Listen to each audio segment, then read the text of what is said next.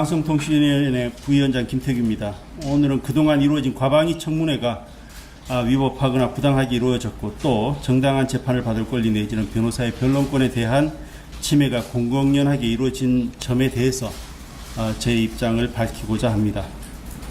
먼저 청문회 제목부터 인정하기 어렵습니다.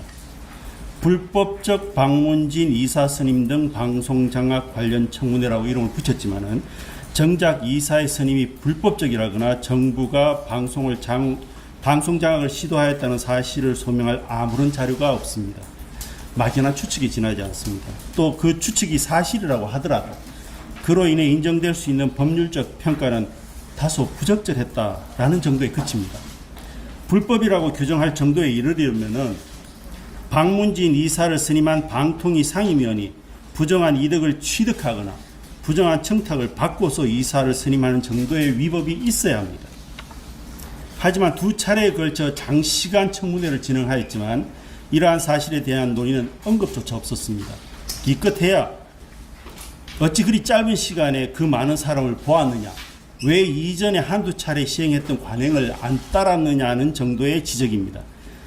이러한 지적조차도 수긍하기는 어렵지만 그러한 지적을 수긍한다고 하더라도 이것은 적절하지 못하였다는 지적에 그치는 것이지 이것을 두고 위법하다고 볼 수는 없습니다.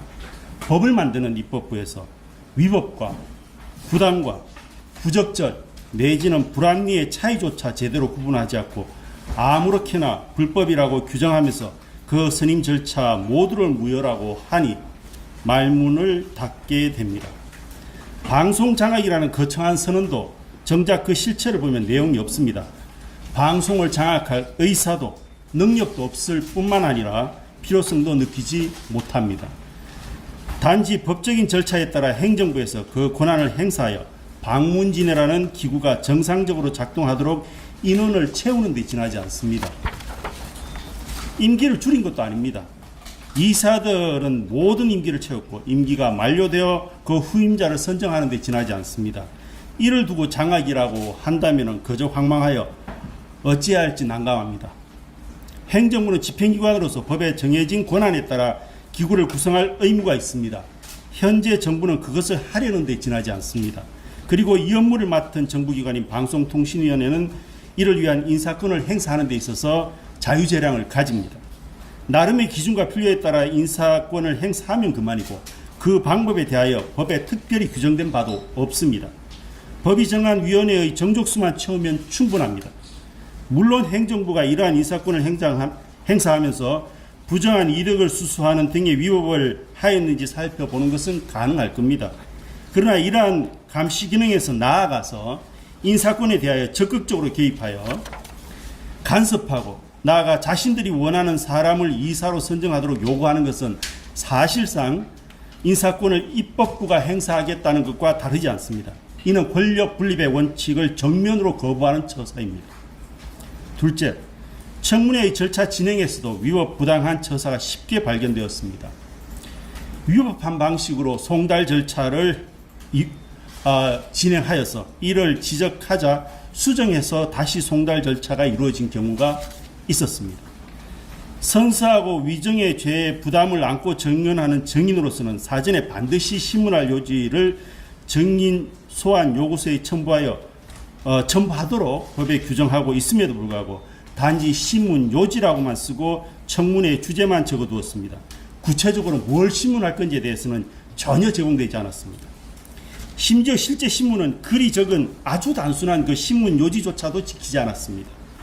제가 법관 시절에 했던 판례 평석을 문제 삼아 질문하고 직전에 근무했던 국민권익위원회의 일에 대하여 질문하며 당시 했던 의결에 대하여 문제를 삼는 등 질문이 이루어졌습니다.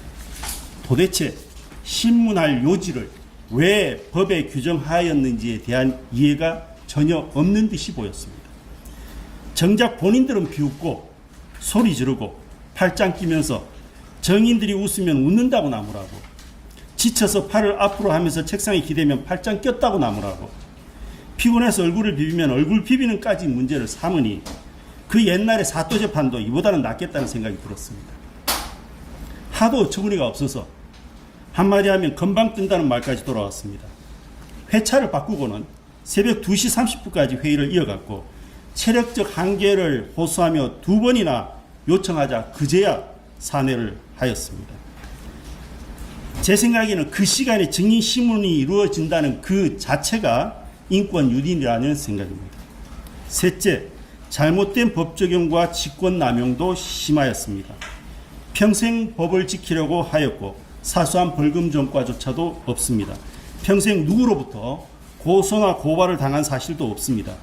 그렇게 법의 테두리 안에서 자신에게 허락된 자유를 강요하며 살아오려고 노력하였습니다. 그런데 방통위 부위원장이 되고 딱 보름 만에 정응 거부로 고발된다는 국회 의결을 받았습니다. 행위 주체가 아닌 자에게 공개를 요구하는 것이고 저는 이행할 권한이 없다고 정언을 하였음에도 불구하고 정응 거부로 땅땅땅 의결을 하였습니다. 비공개의 사유가 다기하고 공개의 주체가 각기 정해져 있음을 설명하였지만 애초에 들을 의지가 없어 보였습니다. 1985년에 법과대학에 입학하여 현재까지 약 40년 동안 법을 배우고 해석하고 적용하며 살아왔는데 이런 경력들은 의원들의 의사봉 앞에서는 참으로 무기력하였습니다. 이 부분은 분명 무고와 직권남용이 된다는 것이 저의 생각이고 또한 명예훼손과는 달라서 면책특권의 범위에 포섭되기도 어려워 보입니다. 이 부분에 대해서는 고발 조치가 구체적으로 이루어지면 함께 의결했던 의원들을 고소하여 검찰과 법원의 판단을 함께 받아보고자 합니다. 더하여 이러한 무자비한 의사결정을 통하여 형사 절차에 내던져지는 처사를 저는 당하였습니다.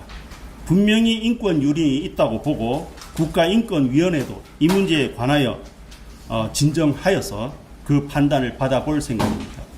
넷째, 정말 참기 어려운 것은 방통위가 정당한 재판을 받을 권리와 방통위 소송 대리인들이 정당하게 변론할 권리까지 침해당하였다는 사실입니다.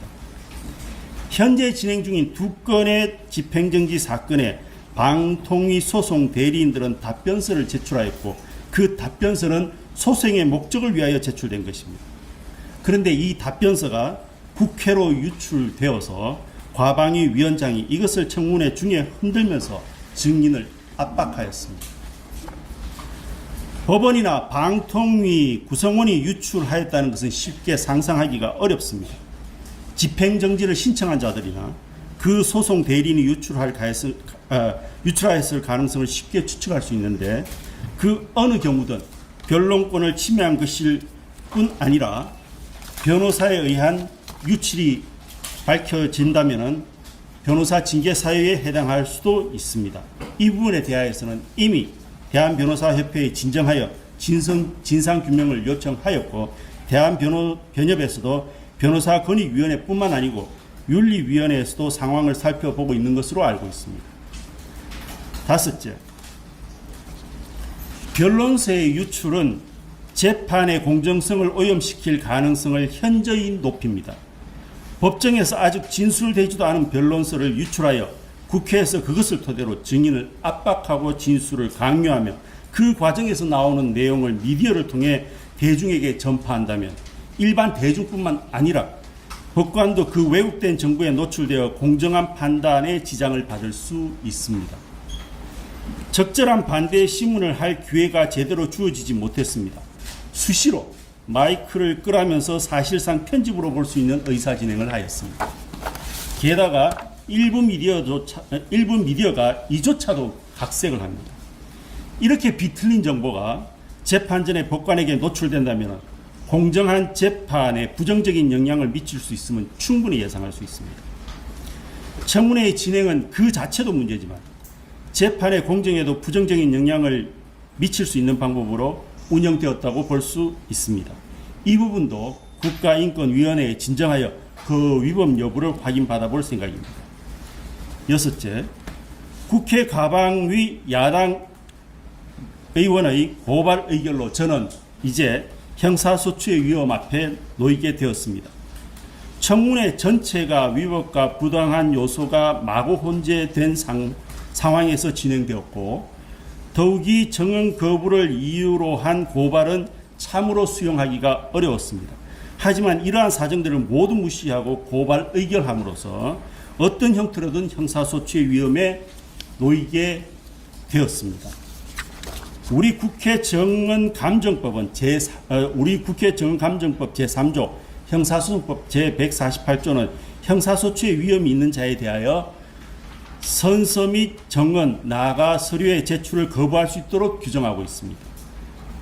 이 규정에 따라 저는 향후 선서, 정언, 나아가 서류의 제출을 거부하는 법상의 권리를 행사하려고 합니다. 또 앞서 언급하였듯이 심문할 요지가 첨부되지 않은 형식 요건상의 흠결은 여전히 존재합니다.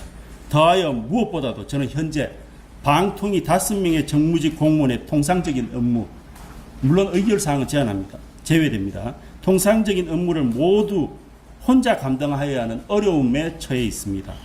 이러한 사정으로 8월 21일 예정된 3차 청문회는 이미 불출석 신고서를 제출한 상태입니다. 마지막으로 이런 소모적인 청문회를 이제 조속히 마무리하는 것이 마땅하다는 생각입니다.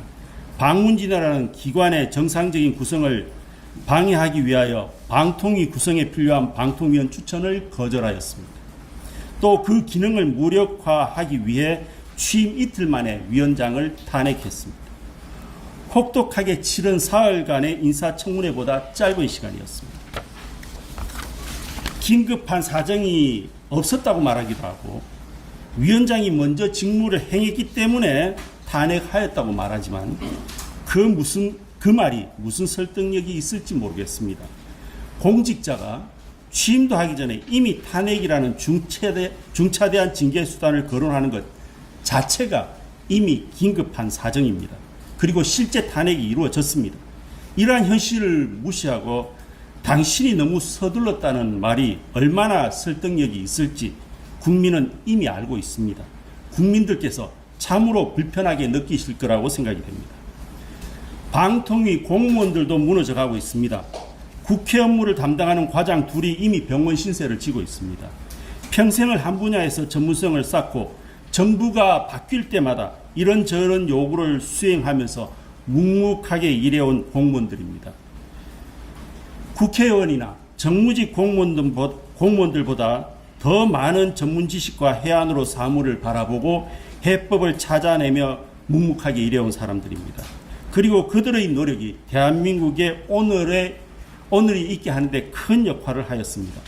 그들도 흉중에 수만 마디 말을 숨기고 다만 참고 있을 뿐입니다. 이제 위법 부당한 청문회로 방문진이라는 기관의 구성을 막고 방통위라는 정부기관의 정상적인 기능을 방해하며 국민들을 불편하게 하고 해당 공무원의 고통을 초래하는 일은 그만둘 때가 되었다고 생각합니다. 오늘 이거를 깊이 헤아리셔서 그에 합당한 움직임이 있기를 저는 간절히 희망합니다. 감사합니다.